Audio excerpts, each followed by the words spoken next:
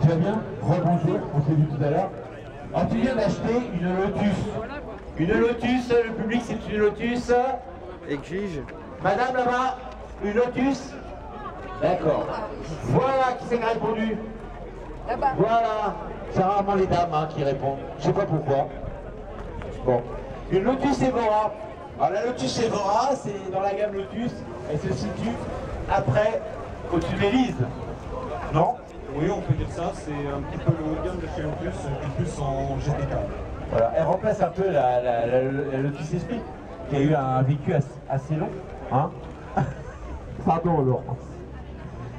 Donc cette Lotus Evora, elle est récente. Disons, elle est de 2011. 2011. Ah déjà, comme le temps passe vite. Hein, elle a déjà 6 ans. Les premières Lotus Evora, je crois, de mémoire, ça doit être 2007. Tu lèches le micro. Ouais. Ouais, tu parles bien fort dans le micro. 2007, les premières Evora. 2007, d'accord. Et celle-ci donc elle est de 2011. Et les premières 2007, de mémoire, c'était que des 280 chevaux. D'accord. Et celle-ci, c'est une Evora S, elle est en 350 chevaux. 350 chevaux. Ça commence à pousser fort là. Là, oui, ça pousse fort, ça fait 0 à 100, 4 secondes 8. Ah ouais, là ça parle. Du coup tu m'as coupé là, hein, c'est ce que je voulais dire. Ouais, ah oui, le poids de la voiture. 1 tonne 3, 1 tonne 4. Ça va, c'est pas mal. C'est plus lourd que les Lotus habituels. D'habitude, en Lotus, on est plus près des 1 tonne, voire en dessous. Ouais. Tandis que là, ils se sont un petit peu fâchés sur le poids. On connaît tous les Lotus Elise, hein, les gens connaissent que ça, presque maintenant. Comment elle est faite, hein, cette coque en aluminium. Est-ce qu'on a repris le même principe sur ce modèle-là? C'est exactement pareil. Donc on a un châssis alu collé. Donc plus important, plus important, plus grand. Parce que de mémoire, elle doit faire 4,50 m de long, je crois. Ouais. 85 de large, tandis qu'une Lotus classique doit être en dessous des 4 mètres, je prends le ouais, elle est plus compacte. Et 1,70 m de large, je l'ai dit. D'accord.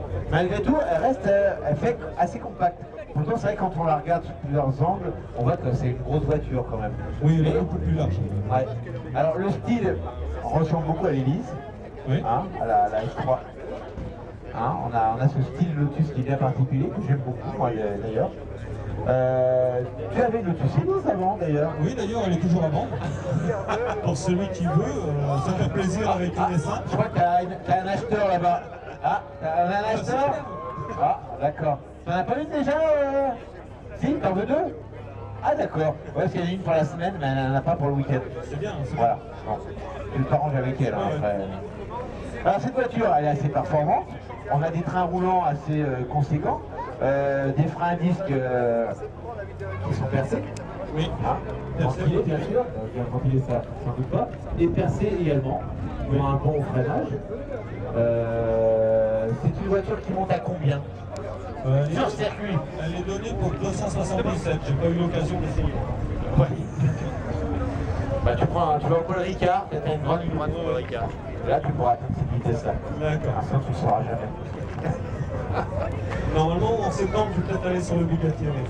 Sur le Bugatti, en septembre, il y a quoi? Il y a un roulage sur le Bugatti? Non, c'est une petite sortie qu'on est en train de faire chez Lotus, dans le truc. D'accord. Il y a peut-être une possibilité d'aller sur le Bugatti. D'accord. Je sais que Lotus organise, le club Lotus organise souvent des roulages au Bugatti. C'est pas le club Lotus, c'est un petit club. C'est un petit club. D'accord. Alors cette voiture, à l'heure actuelle, elle est toujours vendue? D'accord. Valise 2007 pour la présentation. Là, tu poses une colle. Ah, je pose une colle là. Est-ce qu'elle a encore... Je sais qu'elle est passée à la 400 et 410. Maintenant, elle aura 400, 410. Donc celle-ci, je sais plus si elle est toujours commercialisée. C'est pas grave. C'est une fourchette de prix. Tu sais, ce genre de voiture attire toujours les regards en se disant, bah, un jour, je m'aimerais bien m'en acheter une. Mais ça va coûter cher. Ça vaut combien? Ça dépend de l'année du véhicule. Ça dépend de l'année du véhicule. En règle générale, on peut les toucher entre 40 000 pour le premier prix jusqu'à 55 000, 60 000 pour les prix les plus élevés. D'accord. Dans ce modèle. Suivant le modèle de l'année, voilà, la puissance, l'année et le kilométrage. C'est le kilométrage qui fait beaucoup sur le prix d'une voiture, quelle qu'elle soit, et surtout sur ces voitures-là. Et si c'est un carnet d'entretien à jour, avec plusieurs propriétaires ou pas. Celle-ci, c'est une première main. C'est une première main. Elle a 30 000 km. Tu l'as acheté où? C'est pas indiscret. Elle vient de Belgique. D'accord. J'avais le bac à frites à l'arrière. Le quoi t'as dit? Le bac à frites. Voiture belge. Ouais, d'accord, ok. Alors, oui, je vois Extrême Limite, Lotus Nantes. Oui, c'est Extrême Limite qui a été la chercher en Belgique. D'accord. Et qui me l'a revendu par la suite. D'accord. On s'est entendu au départ. Donc c'est comme un mandataire en fin de compte. Je l'ai mandaté pour aller chercher la voiture. Alors, Extrême Limite, ils sont basés sur le circuit De Fête-Bretagne. de Fête-Bretagne, pour ceux qui connaissent. Hein. Ils sont importateurs Lotus. Et je vous rappelle que depuis février, effectivement, ils entretiennent les Lotus et ils sont importateurs officiels Lotus. Voilà, pour ceux qui s'intéressent, il y a beaucoup de Lotus aujourd'hui. Voilà. Donc n'hésitez pas à aller les voir, Extrême Limite, au Mans, à Nantes, pardon. Voilà, au Fête-Bretagne.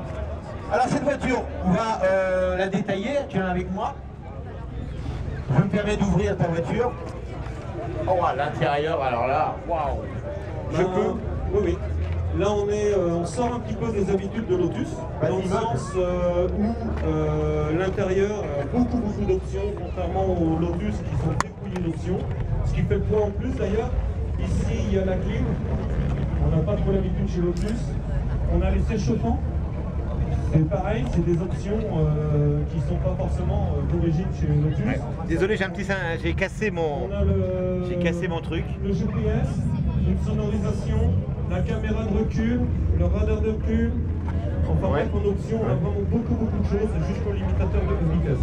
Beaucoup d'options sur cette voiture, alors beaucoup. Ben, on touche plus la clientèle, on va dire. Lotus a voulu rivaliser avec les Porsche, donc on va chercher un petit peu, entre guillemets, la leçon. On va chercher la clientèle de ce genre de voiture. Voilà. Ah, et donc là-dessus, la finition. Alors sur Lotus, la finition a toujours été un problème, entre guillemets. On voit que là, ça s'est beaucoup amélioré. La finition, on peut regarder les coutures. Ça m'a l'air d'être assez bien fini, aussi bien qu'une Porsche. Là-dessus, ils ont beaucoup progressé. Et c'est vrai que, franchement, c'est de la belle finition.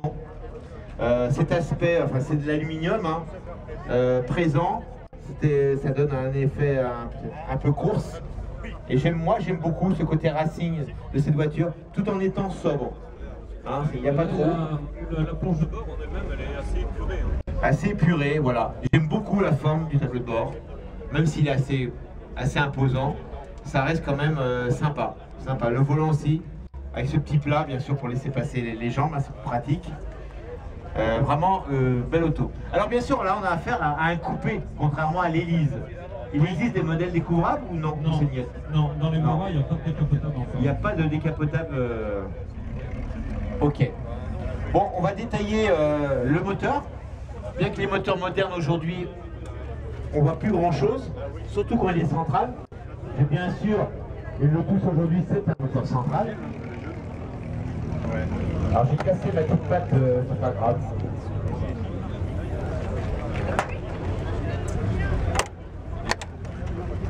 Voilà, c'est pas grave. Alors on a un petit cache qui s'enlève assez rapidement. Oui. Et là, si on voit le moteur quand même. On voit le moteur. On voit le moteur. Regardez ce moteur central. Donc on rappelle la cylindrée de ce moteur, un 4 cylindres de quelle origine? C'est un 6 cylindres. C'est un 6 cylindres. C'est un 6 cylindres Toyota de 3,5 litres. Donc un V6. Un V6 compressé. Compressé. Et qui fait 350 chevaux. 350 chevaux pour une tonne 4. Ouais, à peu près. À peu près. Voilà. Vous disiez? Ah, c'est chez vous. Bon. Ah non, chez vous. Là, on entend plus. Alors, Là, c'est le moteur. ça, c'est le moteur, oui. C'est pas la boîte à gants. La boîte à gants se trouve à l'intérieur. Voilà. Le coffre, il est là le coffre. C'est ce que je te dis. Voilà le coffre. Voilà le coffre. Non, il y en a un devant. Non. Quoi faire? Non, Il n'y a que ça. Avec une brosse à dents et un strip, ça suffit. Non? Si vous voulez emmener de toute façon pour un week-end en amoureux. Un change, c'est tout. Non? Un moteur central. Alors, je ne vais pas être méchant. Un petit peu quand même. Un moteur central, c'est toujours difficile d'avoir un coffre à l'arrière. Il y a toujours un petit. Ouais, surtout que le coffre il est assez contenant. C'est juste au-dessus de l'échappement. Ouais. Rien mettre sensible à la chaleur. Bien sûr, les dames. La fiabilité de ce moteur. Je dirais ça. On a depuis 2007. Je ne sais pas. A priori, les premières Lotus ont eu des petits soucis de jeunesse. Et dans ces modèles-là, ça a été corrigé entre temps. Donc, on verra. Quand on cherche une Evora aujourd'hui, c'est dur à trouver. Ce ne sont pas des voitures qui sont très présentes et courantes quand on l'annonce. D'ailleurs, c'est pour ça que j'étais la chercher en Belgique, parce qu'en France, on n'a pas des tonnes. En Belgique, il y en a plus. Non, mais ça élargit la recherche. Ça élargit la recherche. D'accord. Et en France, généralement, les professionnels ont tendance à surévaluer les véhicules. Ah bon? C'est-à-dire que, pour donner une idée, celle-ci, elle a coûté 45 000 euros. Voilà. Et en France, je l'aurais eu à 55, 56. Ah ouais, autant que ça. Oui. D'accord. Donc là, ça vaut quand même le coup d'aller. Ah oui, la différence est importante et ça vaut le coup. En Allemagne aussi, je pense que ça peut se trouver. Ils sont assez friands. Oui, mais bon, même en France, ça ne capte pas ces prix-là. Généralement, ils sont obligés de descendre les prix et elles commencent à partir en France aux alentours de 47. Après, dans le sud, les autres, t'as pas trop le choix de la couleur du coup. Bah, c'est une occasion. Ouais. Donc, mais ça joue bien cette couleur-là. J'aurais préféré une couleur un peu plus sportive. Jaune. Mais bon, ok. Donc comme on disait à l'avant, on peut ouvrir pour montrer à ces dames qu'il n'y a pas grand chose. Je ne sais pas comment ça s'ouvre. Bon, ça fait alors on va 15 jours ouvrir. que je l'ai. Et en restant, 15 jours. Ah oui, 15 jours. Et à l'avant, c'est juste un tout petit, c'est juste un petit triangle qui s'ouvre. C'est juste pour avoir accès en fin de compte au niveau. D'accord. Pour faire les niveaux de frein. C'est juste un petit capot. Juste ça qui s'ouvre. Voilà. Vous voyez mesdames, ça s'ouvre, mais il n'y a rien. Il n'y a rien. Non, c'est juste pour les niveaux, Voilà. c'est le niveau de frein. Non mais c'est pour mes dames. Voilà. Au niveau, je crois, du bac à la glace. Ça doit être en dessous, je crois. Oui, il y a une tirette quelque part, mais je ne sais pas où elle est. J'adore la Lotus. C'est un beau rappel de la marque. Hein, regardez sur les ceintures de sécurité. Ouais, non, ça, c'est un Voilà. petit truc trouvé sur internet. Ah ouais, mais c'est bien, c'est un petit plus. Ça fait Voilà. un peu imitation harnais. Ah, comment vous la trouvez le public? C'est une belle auto. Hein, on aimerait bien partir en week-end, même s'il n'y a pas beaucoup de place. Ah, là, honnêtement, c'est le luxe pour partir en week-end par rapport à la S1. Ah bah oui, oui. Toi t'as connu la... J'ai connu la S1. Hein, tu montes en gamme comme ça, tu vas t'arrêter ou il y avait quoi au-dessus? Non, il y a pas. Non, chez Lotus, on peut pas monter beaucoup plus haut. À un moment, il y avait l'Europa, elle a été arrêtée. Hein, c'était une belle voiture aussi. C'était une belle voiture. C'était une belle voiture, mais c'est encore assez rare. Lotus fait de très belles voitures. Une très belle voiture. Alors Lotus vient d'être racheté, je crois, à nouveau. Ouais, là, je sais plus, c'est un Voilà. bien, je sais pas, Voilà. ça change régulièrement. Dommage, hein. Ouais. Mais les Lotus, ça reste une voiture quand même mythique, quand même. Hein. Je dirais pas comme Ferrari, parce que c'est autre chose, mais ça reste des voitures mythiques. Voilà. Elles sont souvent confondues comme des Ferrari, d'ailleurs. Oui, c'est vrai. Dans les sorties, hein, beaucoup, Ouais. maintenant, on regarde les Ferrari. Eh ben non, ce n'est pas une Ferrari, pas des Ferrari. c'est une Lotus. C'est rappelé sur les roues, c'est rappelé sur les badges devant. Et voilà, c'est bien précisé que c'est une Lotus. Voilà, on va tester repartir.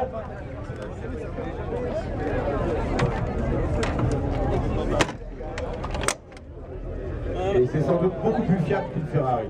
Voilà. Une Evora S de quelle année tu m'as dit? 2012, 2011. Voilà, c'est récent. En 2011,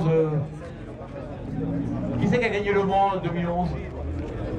Ma chère Laurence. Ah bah alors là, Audi. t'aurais pu répondre. Hein. À part Audi, C'est pas Porsche, c'est Audi. Ouais, c'est facile ce coup-là. La porte est mal fermée à droite. Hein.